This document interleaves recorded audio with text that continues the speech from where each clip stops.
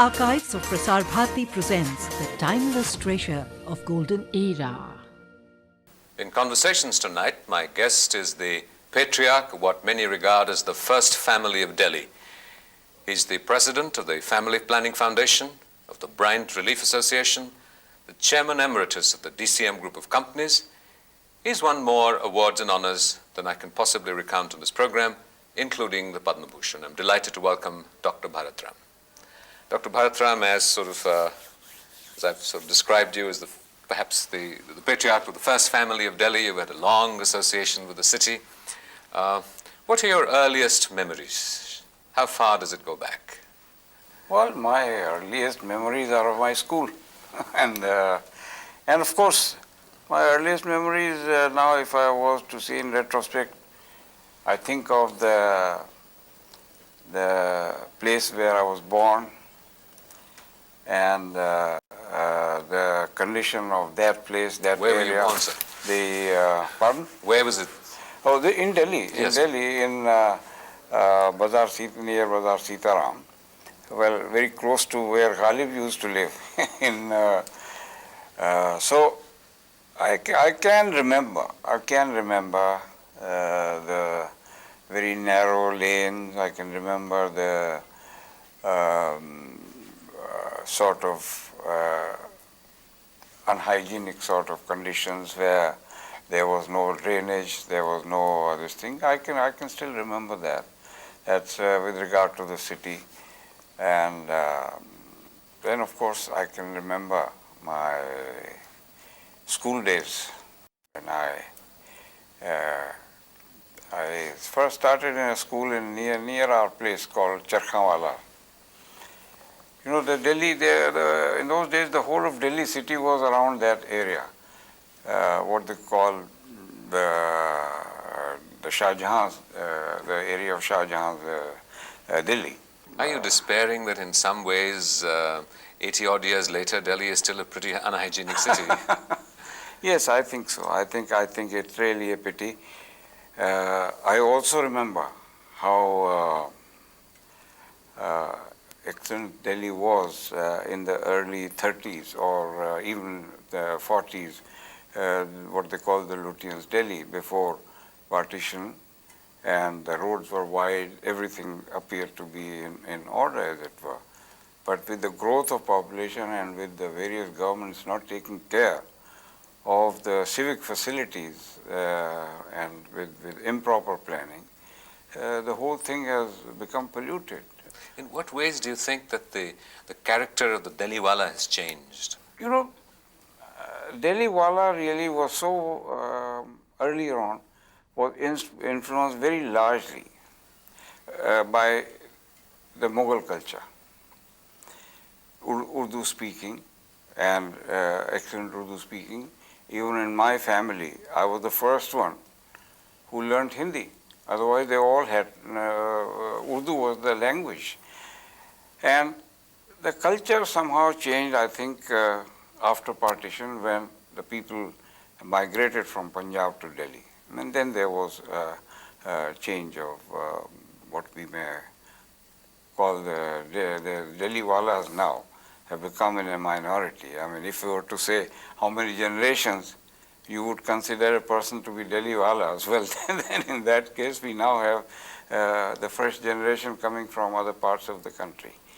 And also the other cultures came with the increase of the government activities and so on. People came from all over the country. So now it is really a more cosmopolitan city rather than Delhi. So this is a big social change. You've had a ringside seat, as it were, to phenomenal changes in sort of history, Indian history, as it were, happening in Delhi. And in some ways you have been a part of the process of watching this happen. What is sort of your most vivid memory when you look back in the last 80 odd years of life? Well, you know, history has changed. Basically, really, the change came after partition. And I can still remember how horrible it was in 1947 when there was really carnage and people were being killed, the Muslims were being killed, and so on. I mean, I can still remember that. That's vivid in my memory because it happened even in our factory, and we had to protect the Muslims very largely who were killed, because I know that it were the Sikhs and the Hindus who were killed on the other side of the border, and so the vengeance was on Muslims here, and we had to try and protect as many people as we could, even inside our factory.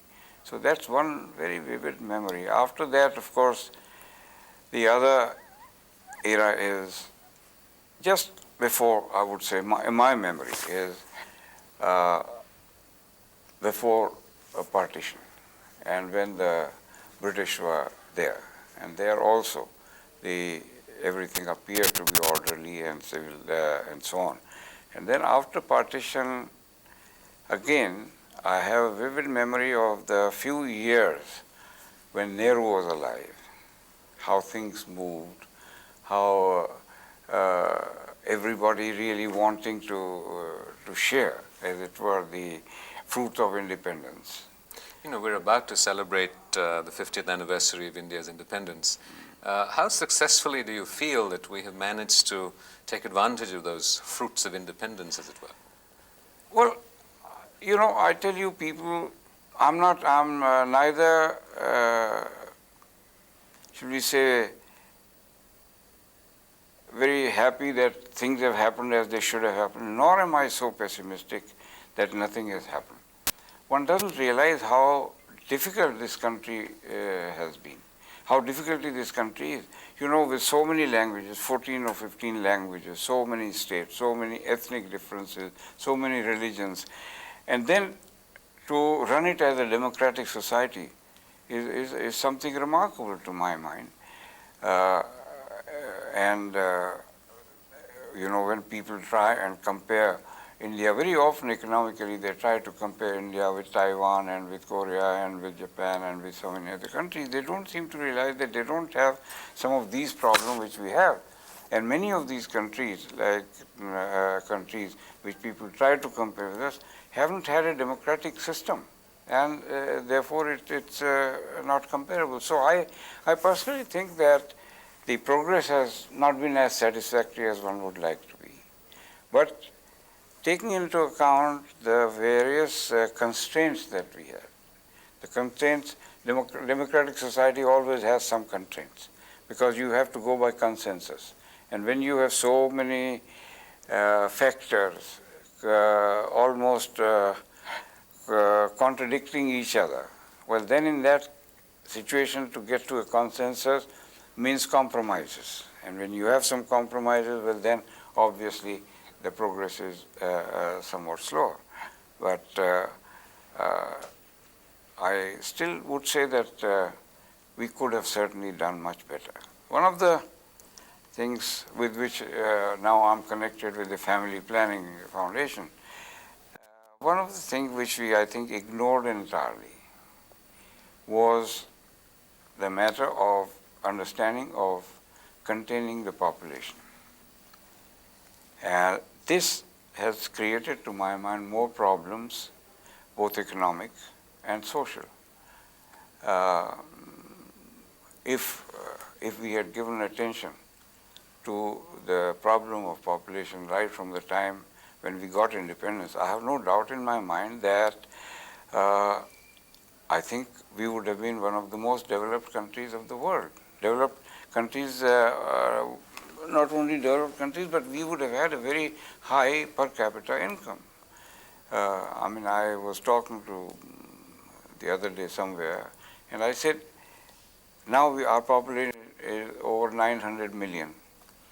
If our population today was something like 70 million, which is 700 million, which is also a very high rate of growth compared to what it was at the time of independence.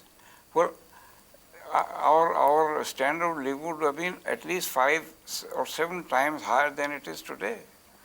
Don't you say that there is a section of opinion that on the family planning and controlling population issue, it's a question of the sort of cart before the horse, that in some senses that if we have development, then populations inherently get controlled. No, it is that we did not give attention. Now, population control doesn't mean does not mean that we should have had any legislation for control of population, etc. Population control means the steps we should have taken. In other words, we should have given much more attention to education. We should have given much more attention to health. Now, these are the two main reasons why the population has not been controlled. Take in our own country, take Kerala, where the population growth is comparable to some of the other Western countries.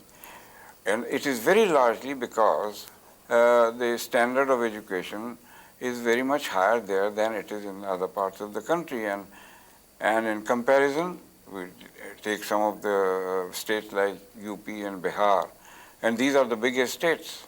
And these states contribute to Bihar, well, what we may call the Hindi-speaking area, constitute nearly 40% of the total population.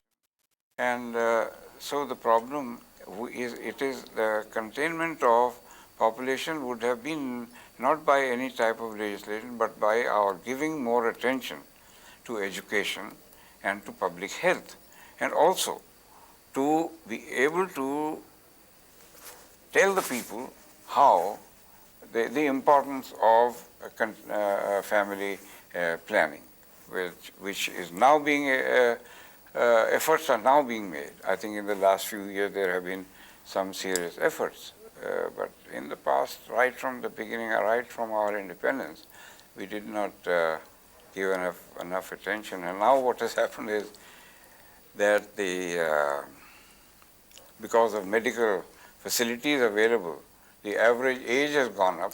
On the other hand, the population growth has not gone down.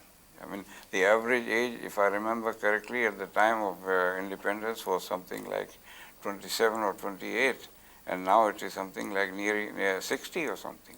So like your predecessor at the Family Planning Foundation, J.R.D. Tata, you too are considered an elder statesman of industry. And the nature and functioning of industry has changed significantly.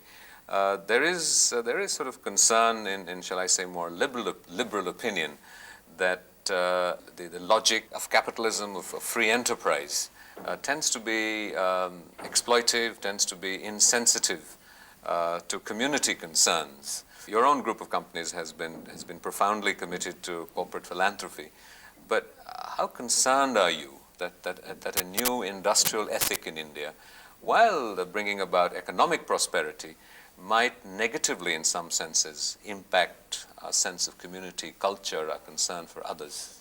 No, I don't agree with that view. I think the Indian mind is still philanthropic.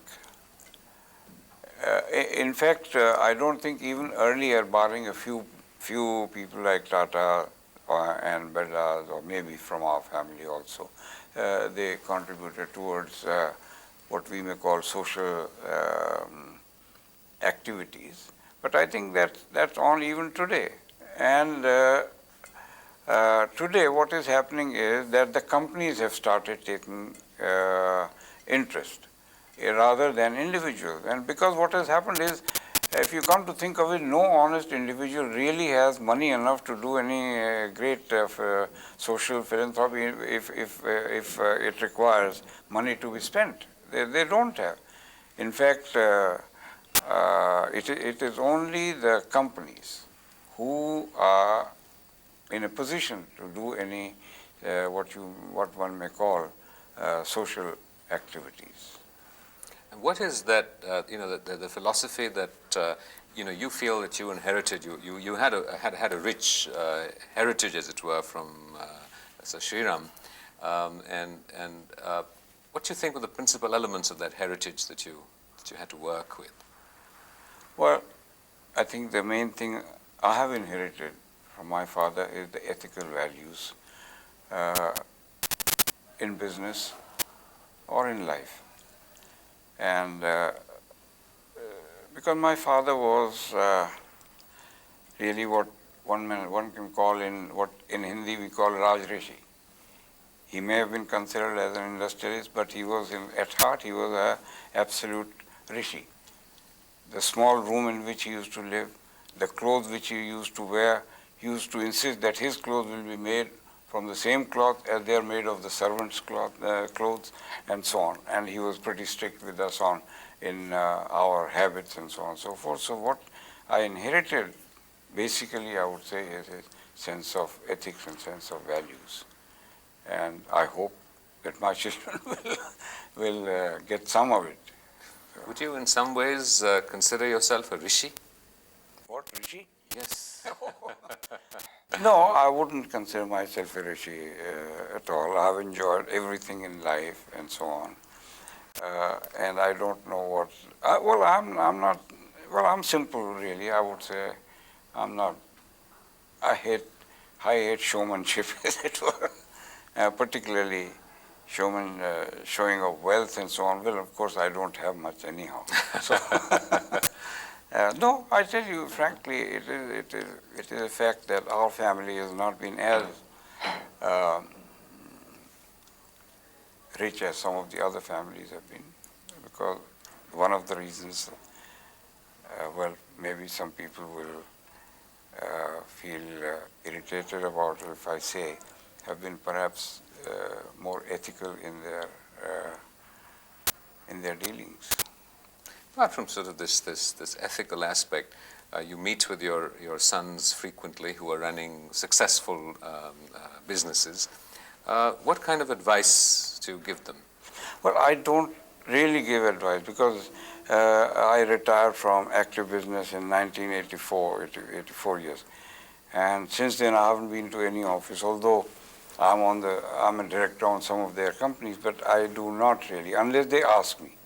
Unless they ask me about something, I don't give in. I'm not really involved, honestly not involved, because I know many people say, I've retired, but they haven't quite retired, but they still sort of say, okay, you can do everything you like, but just ask me before you do it. No, I'm not like that.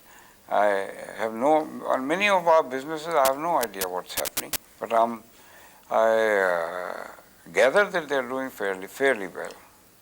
If you were to sort of meet the finance minister, and with your sort of long years of experience and the various chambers of commerce that you have served on, what kind of advice would you give him today? It depends. You see, as I said earlier, while I may think something is good for the country on an economic front, but economics and politics is a mixture. Now, you cannot divorce one from the other in a democratic system. And therefore, there sometimes are conflicts of interest. Something may be good for the economy in the short term. In the long term, it may not be so good for the economy. Now, these become a question of checks and balances, and there the decisions are taken by politicians according to their assessment of how it will affect the political system. That's why it is the advice to the various people which I may have given, as I say, there have been discussions, would have been different at different points of time. You know, before the last elections, there was this dialogue between several political parties and business about corruption in politics and the role that business had in perhaps perpetuating it, and political parties and intermediaries suggested that if business didn't make contributions to political parties and that kind of relationship. What has been your own experience? I tell you, I've always felt that there has been a collusion between the government, the business, and the bureaucrats. They've all been a part of it.